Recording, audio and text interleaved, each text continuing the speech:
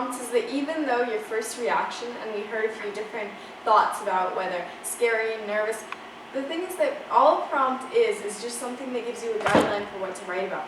And prompts are really useful because in times when, say, you're taking a test, or if your teacher wants to give you something awesome to write about, then you'll have a prompt. And what are some examples of prompts that you've seen?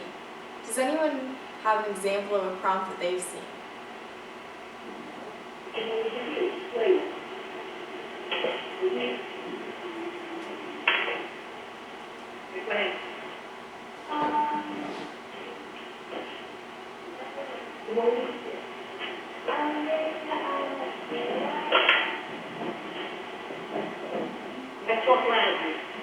Never mind.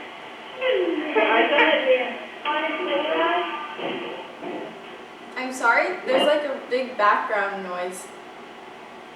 They did a prompt of Santa asking them to go on the sleigh ride on Christmas Eve. That was the last prompt they had.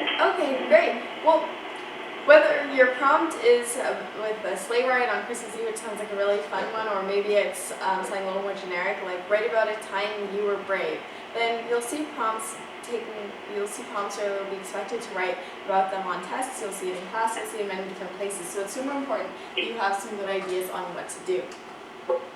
Prompts really don't have to be hard. Today we're going to be taking a look at some prompts. We're going to work on them together. We might even make up a couple prompts of our own, and it will be super fun.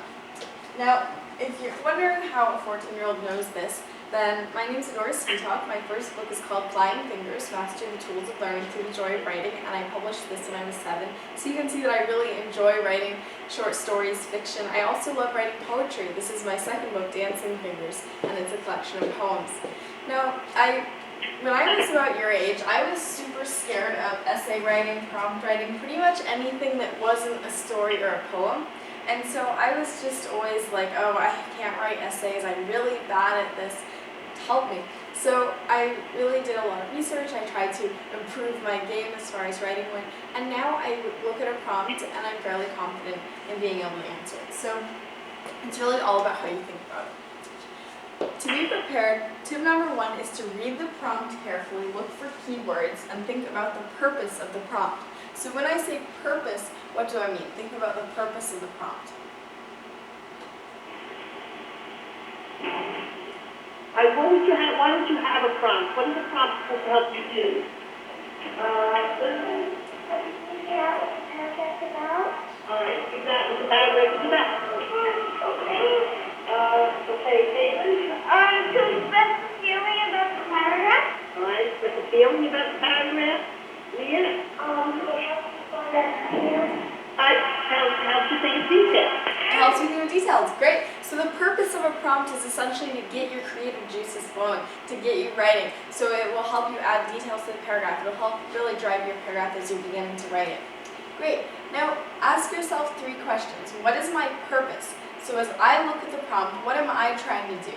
If the prompt is write about a time from your own life, then I know that I have to look back to my own life, and what I write should be something from my life. So you can ask, well, there are different kinds of purposes. Maybe your purpose would be to persuade someone to see your point of view. So I know that was 2 big words there, but basically to make someone else agree with you and what you think. What is your audience? Who's going to be reading what you write? Will it be your teacher? Will it be someone grading a test? Will it be your parents? Will it be your little brother and sister? There are a bunch of different audiences you might have for writing. And what is my perspective? Does anyone know what perspective means? Don't think so. No.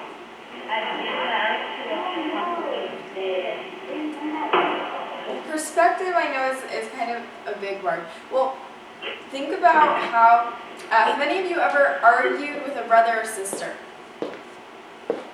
I see a lot of raised hands. I've done that too. Pretty much if you have a brother or sister, you might have gotten into a little conflict. Now, did you and your brother and sister have different ideas or see things from different places? Probably so. Maybe you were like, I think that we should go out to eat and eat at my favorite restaurant, the Taco Diner, and your sister was like, no way, we should stay in and I'm going to cook dinner because I'm a really, really good chef. And maybe you're like, no, you're not. Yes, I am. No, you're not. And it goes down from there. Now, what you just saw about the we should go out to eat, no, let's stay in, I'll cook, I'm a great chef, is two different perspectives. Perspective can mean a few different things, but in that case, a different perspective would mean a different angle on something, a different opinion. So, what is my perspective would be, how am I looking at this? How am I seeing this issue? So, for instance, if the issue is, should students get more or less homework? What would be your perspective on the issue? Do you want more or less homework? Okay, so maybe your perspective is students should get less homework. Imagine homework as this kind of issue that's floating in the air and you're all looking at it from different sides. Now, maybe my perspective about homework is, well, maybe I'm looking at it from this angle and I say, well, homework is really beneficial because it allows me to review what I've learned, and it also can be good review before I take a test, and it's making me practice for hard work that I might do later in life. So maybe I'm looking at homework from a different angle or a different perspective. So that's what perspective is. It's basically how you look at an issue. So purpose, audience, perspective. What is my purpose in writing this? Is my purpose to persuade? Does anyone want to give an example of a prompt that might ask them to persuade? So a prompt that asks you to persuade. Does anyone want to give an example about what that kind of prompt that might be? What would that say?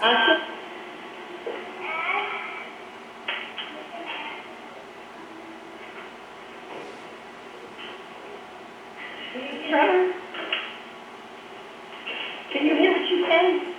Not very well. I'm sorry. Even your voice is really a little bit choppy.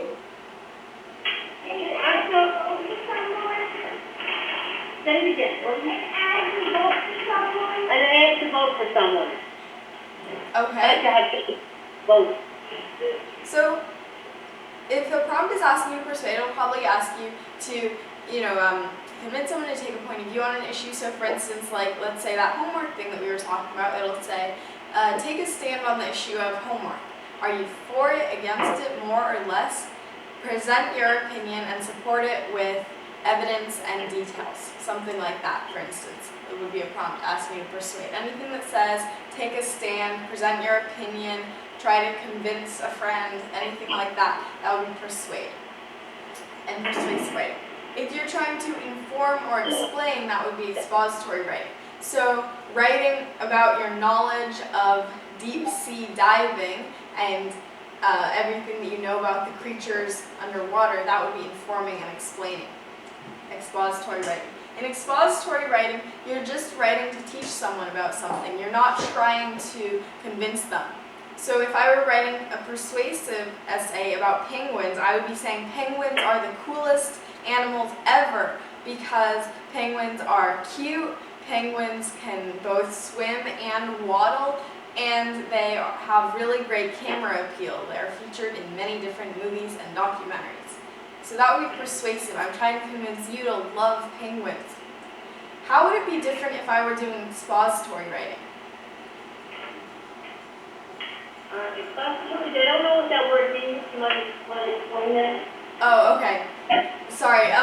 So basically, the difference when you look at a prompt of persuasive, informing, and entertaining is when you're persuading, I'm saying penguins are cool. I love penguins and you should too. When I'm informing, I'm saying here's what I know about the penguins of Antarctica.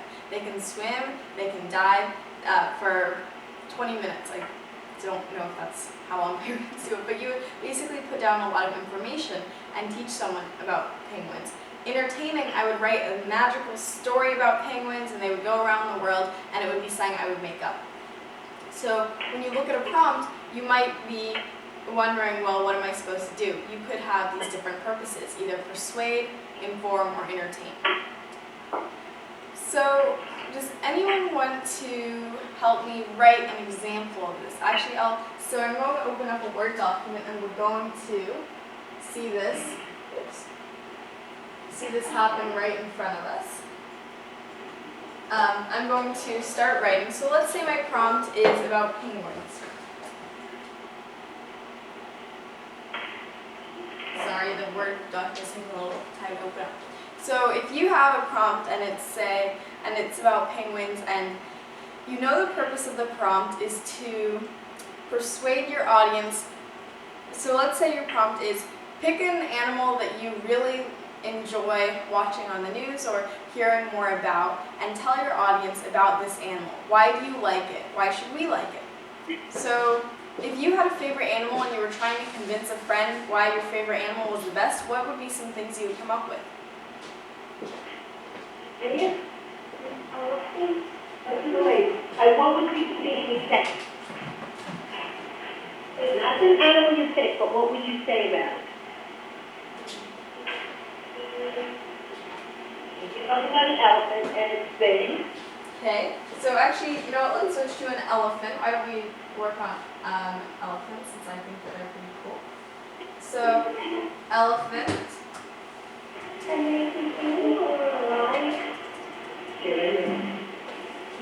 they're really big. What else?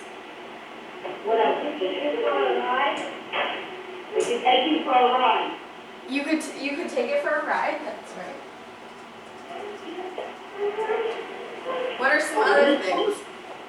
It's very large. It's very large. So how would that was really big? Has a trunk. It has a trunk. That's definitely very nice.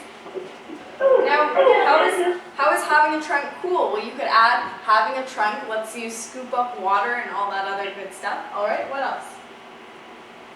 It's fast. It's fast. All right. Sure. So what we're doing here is basically creating our outline. See how our. Does someone have something else to share? They have great memory. Great memory. Oh, very good. All right. Okay, let's get one more. One last one. Big ears. Big ears. All right.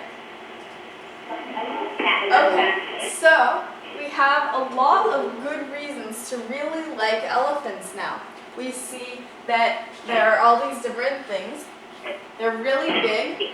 They're very useful. You can take it for a ride. It has a trunk. They're fast, and they have a great memory.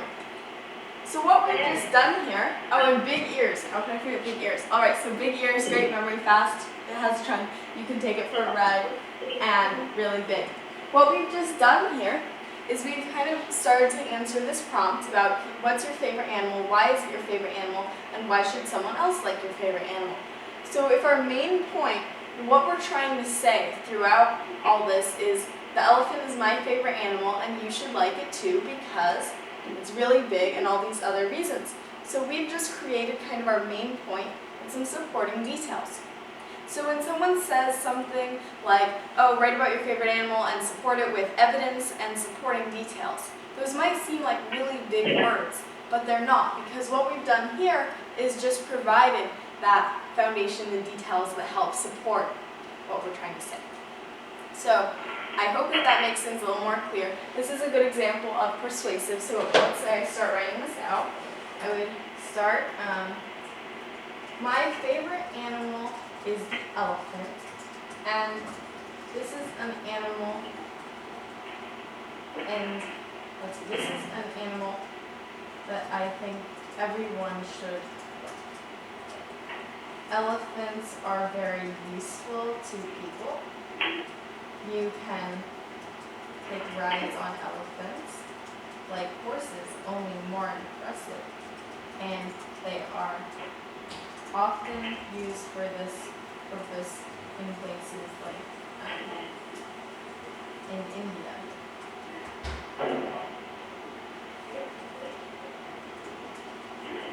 So if if any of you have ever gone to India or will ever go to India, you'll probably see, occasionally there will be people riding on elephants, or there will be an elephant just hanging out by a house. It's a really common scene. So then I might continue on with developing some more of these supporting details. For instance, great memory. Elephants also have many different features which are useful to them. Great memory, speed, and their trunks. So now, as I continue on, I would want to make sure that I wasn't getting too informative, that I was still convincing, so really trying to persuade people that elephant is my favorite animal and this should be your favorite animal too. But by adding in all these details about what elephants have, what makes them cool, I'm giving people reasons. If you just marched up to your parents and said, hey, Mom, Dad, I want a new video game, and just stopped there, your parents would be like, well, a video game, this costs a lot of money, and you probably don't have time to play it, and you should be doing your homework right now anyway. So when you're asking your parents for a video game, what do? What would you say to them if you're trying to convince them to buy you this video game, or this book, or something else? Michael? Because you really like the game? Okay, you really like it. What else might you say? Don't You really wanted it and it came out, it was new. Okay, it just came out and was new. What else?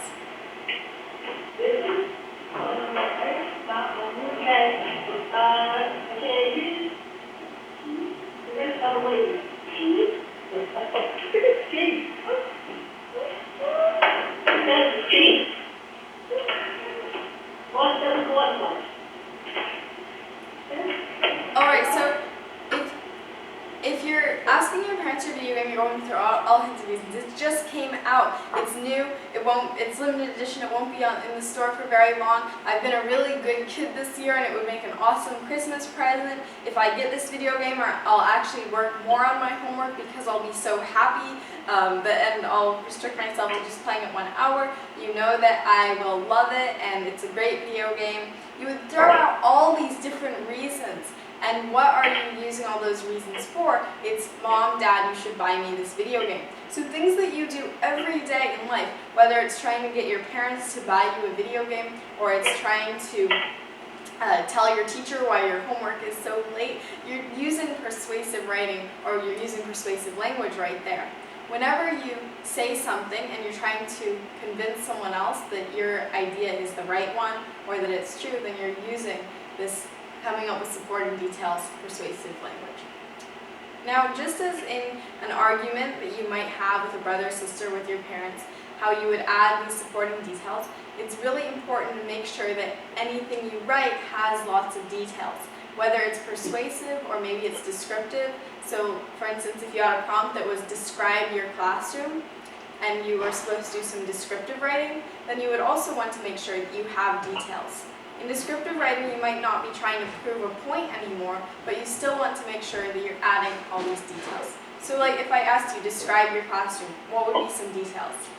And this is what we think now, Gianni? Very colorful. Wow. Very colorful. I'm sorry? Very colorful. Colorful? Great. And Peyton? It has the head pieces. It has writing in it? Headpiece. Head pieces. Oh, test. Oh. The headpiece. Okay, go ahead.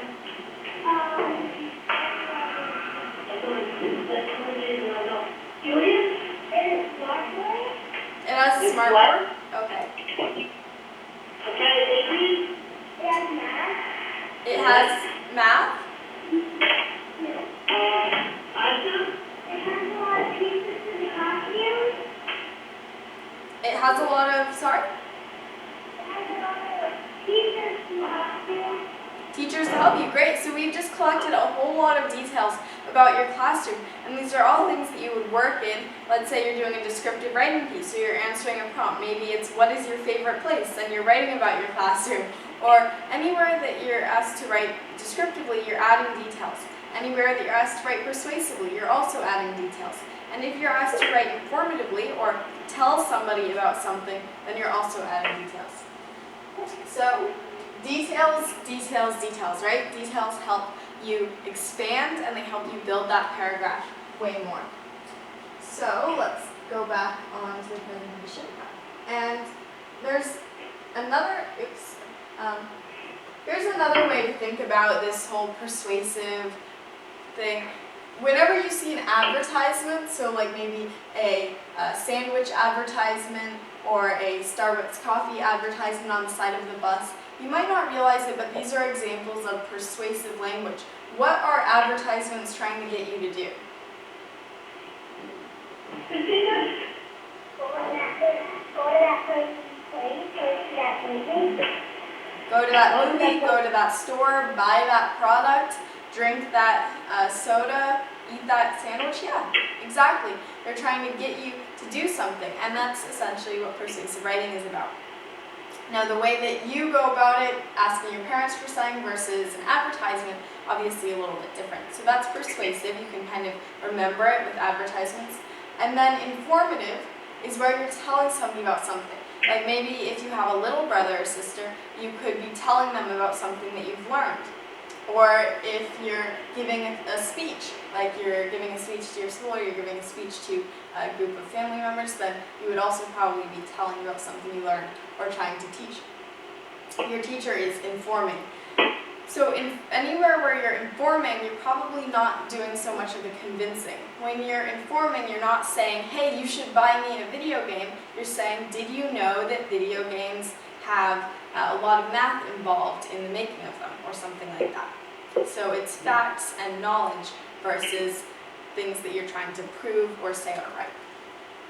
And then entertain. If you've ever read a really funny story or you've told a joke or there are books that just make you laugh out loud, then you're being entertained. Anytime when you're having fun, essentially. So we write often to entertain. Maybe you would write something that you've made up. That would be entertaining. So entertaining, think of it as jokes or stories, fictional. Informing, you can associate with teaching or telling a little brother or sister about something you know. And persuading, just think of advertisements or trying to prove yourself right. And sometimes you might have more than one purpose. Like sometimes you will be trying to convince someone while you're telling a funny story, and maybe you're throwing in some facts as well. So when you get a prompt, what is one of the first things that you do to review a little bit? One of the first things you do when I give you something you need to write. First thing that you do, you write your name. Well, besides your name, okay? Then what? An opening sentence. Opening sentence. An opening sentence, great. So when you first get a prompt, yeah, you'll definitely write an opening sentence, but you don't want to write the opening sentence without having read the prompt at all. You want to read the prompt, so that would be definitely number one, is read the prompt and make sure you understand what it's asking for. And that way sometimes, I will admit, sometimes I've been taking tests and I'm not the best instructions taker. So I will be looking at the instructions and I'll be like, oh, I'm just reading quickly through it and I mark an answer, and then I realize, oh no, I missed the big not, or I missed the big except, and so I chose the wrong answer. So it's really important to read the prompt very carefully, make sure that you understand it, and then you can get started on your opening sentence. And another thing that you can do, well, if you're having a real hard time thinking of ideas, if you get stuck somewhere, you can just brainstorm. Maybe on another piece of paper or on the side of your test booklet if it's like that. So remember what we did with the elephant.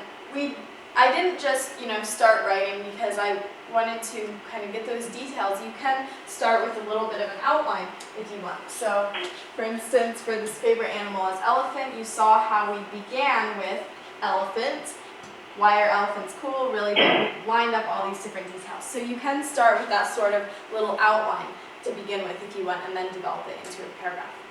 But definitely your opening sentence is where you want to begin. Just make sure to read the prompt, understand it, and if you want to, you can develop an outline to help you organize. So we also know that you want to understand the purpose of the prompt. What is the prompt trying to get me to do? And that really helps you develop a better paragraph or essay as you're writing. Now, what are some things that you think make good writing? What makes a paragraph good? Oh, the things that make a paragraph good. Young, detail. Detailed? Great. What else?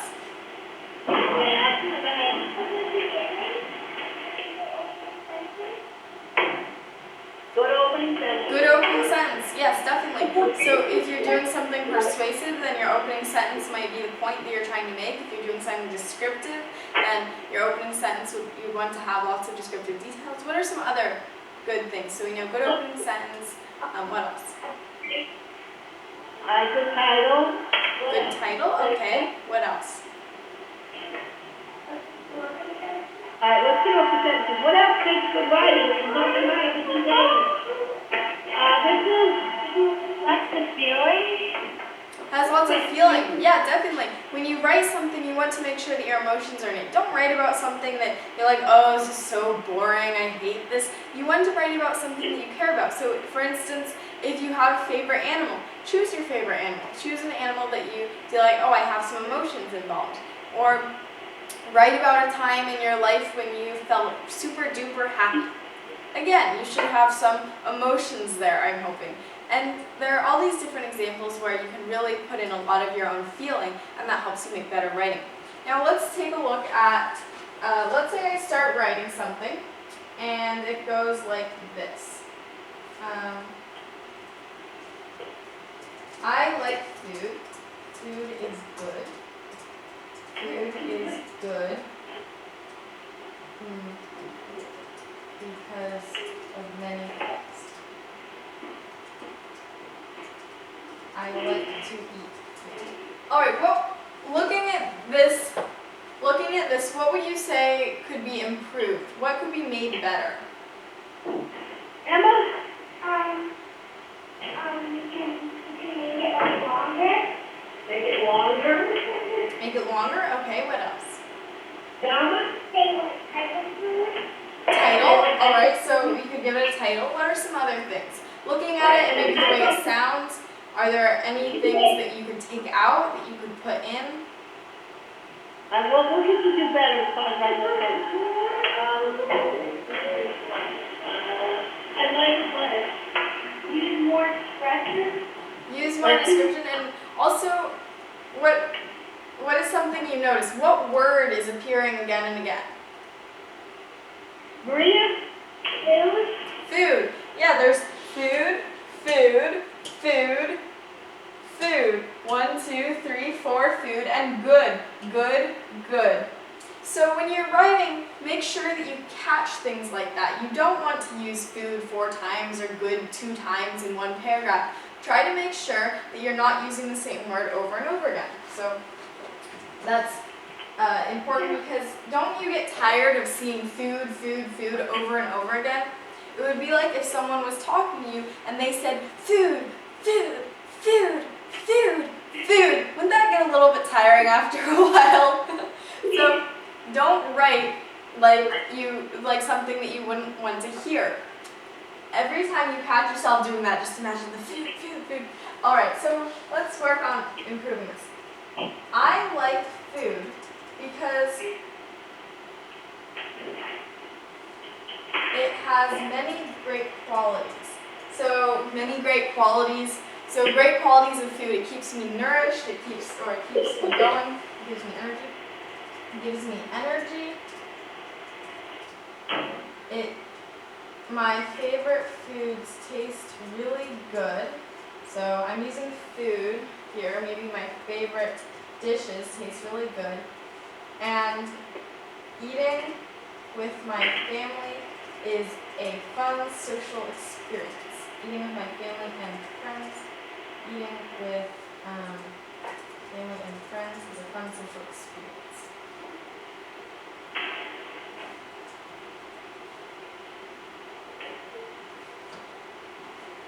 there's a big variety of different kinds of dishes. Alright, so I like food because it has many great qualities. It gives me energy, there's a big variety of different kinds of dishes. My favorite dishes taste really good, and eating with family and friends is a fun social experience. Now that is a bit longer, and you'll notice that I added details. It wasn't just changing some of the sentences. But when you're writing, you want to make sure, are my sentences flowing? Are they really short and choppy, or do I have details? Am I connecting some sentences that maybe can be a bit longer? And you don't want to make every single one of your sentences long. Like for instance in this one, it's getting a bit long. You want to vary it, so you have long sentence, short sentence, long sentence, short sentence. And that way you don't, again, tire your reader. To use that food example, it wouldn't be fun if someone said, "Hello, my name is Adora. I like your name. Your name is pretty. Now, why don't we eat something? I like food. You like food too, don't you?" You know, if somebody talked in really short sentences all the time, you would sound a bit like a robot, right? So, again, apply what you know about how you hear things. We use long sentences, we use short sentences when you're talking. We do it naturally. So just do something you already know how to do with speaking and put that in your writing. Right, so we now know, don't use the same words over and over again. Have good word choice. Choose to use synonyms. Do you know about synonyms?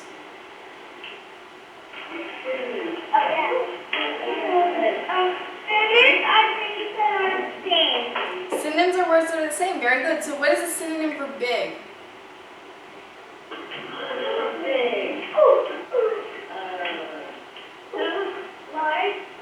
Large, gigantic, enormous, vast, massive. There are so many synonyms for big. What about, let me think of another good one. What about, let's see, how about nice?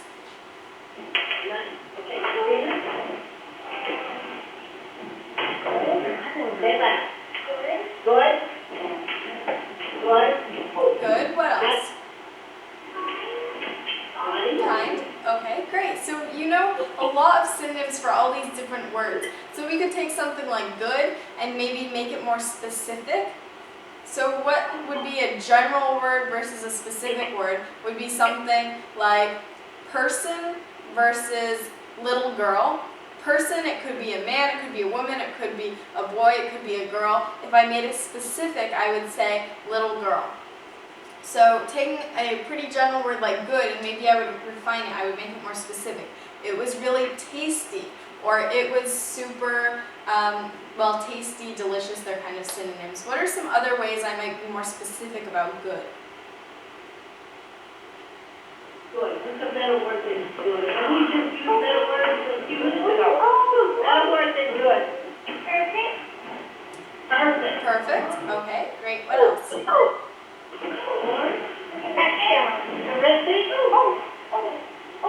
Terrific. Terrific. All right. So remember that what we want to do, so we have good, which is this fairly general word. When I say something is good, I could really be talking about pretty much anything. I could say that something I'm eating is good. I could be saying that this book is really good because it's good to read. You know, good is a word that includes a lot of stuff. It could include a book. It could include a camera. It could include a dish of food. So try to use words that are a little bit more specific. So for instance, my book is a really interesting read. I'm very interested by it instead of just good. Or maybe my dish is very tasty. I really love eating it. Or you could take something like a camera and say this camera is very useful. It can do a lot of things. So words that are more specific, more appropriate for each thing you're describing. If you're describing a book and you're saying that the book is good, maybe use interesting instead, or well written. So these are all words that are a bit more to the point. Alright, so we know that we need to add details. We know that we want to use good word choice. Sometimes we'll use synonyms, sometimes we'll use better words than the original word. So for instance, maybe changing good to tasty. And we also want to look at our sentence structure. Do we make sure that we have long and short sentences and not just short sentences, not just long sentences? So these are all things to keep in mind when you're writing from a prompt. So let's review quickly. If you are sitting down and you're starting to write, and you see that you're kind of using some of the same words over and over again, what could you do? Maria? Good, use more specific words. I'm sorry? I said use more specific words. Use more specific words. Very good. If you see yourself using a word like good, narrow it down. What are some other things you might do? What about synonyms? You could look for synonyms. Yep. Okay. So, and what if you see that your sentences are all really, really short? What do you do if they're all short sentences? Oh, Emma?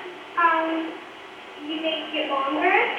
You could make it longer, and another thing you could do is combine some of your sentences. So let's say you have, I like food and food is good. You could say, I like food because food is good. You know, you can combine some of them. Now, not all sentences will sound great when they're combined, and you want to make sure that you're keeping that flow as you're writing. But when you are looking at what you've written, and you consider it for word choice, sentence structure, all these things, details, then you can really add a lot more flavor to your writing.